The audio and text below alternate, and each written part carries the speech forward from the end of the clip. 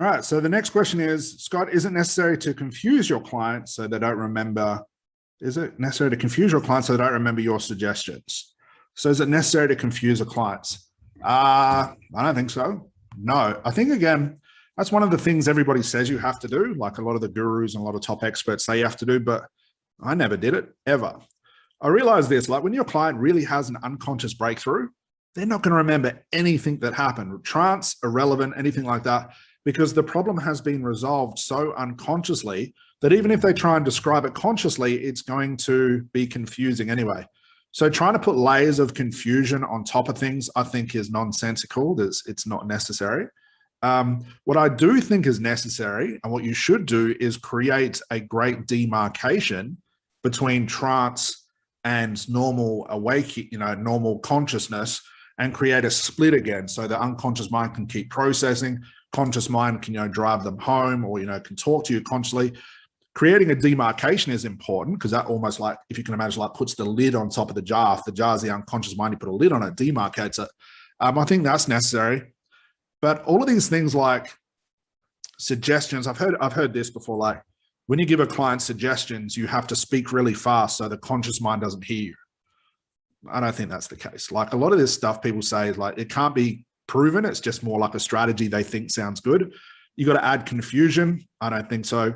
You've got to deepen trance. I don't think so. Like there's only certain things that happen unconsciously when the client is in certain depths of trance. I don't think so. And again, if someone can prove this otherwise with real proof, let me know. I'd be happy to look at it. But this is all based on just the way that I work with my clients. I'm not saying my strategy is the only way to do it, but 99% of what people said I had to do, I never use, like the deepening of trance, the confusion, suggestions where you talk really, really fast, hypnotic phenomena, eye closure, trance, all that sort of stuff.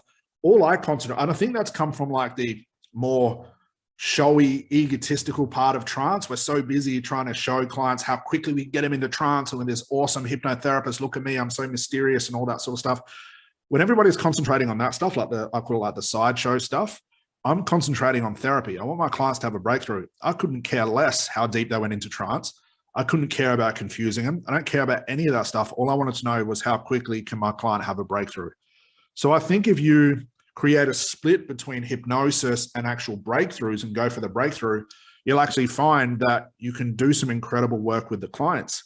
So if you're busy trying to confuse your clients so they don't remember the suggestions, if they remember them, so what? Like if the problem has been changed unconsciously, they're not going to be able to access the problem again. They're not going to screw it up.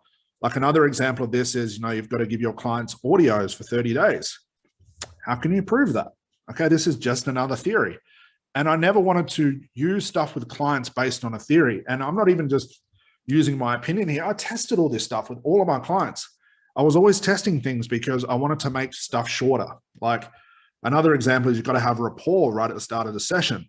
No, you don't. What I've got to talk about rapport type things to get my client to like me. If I'm a nice person and I go into this caring about them and their problem, that's good enough rapport.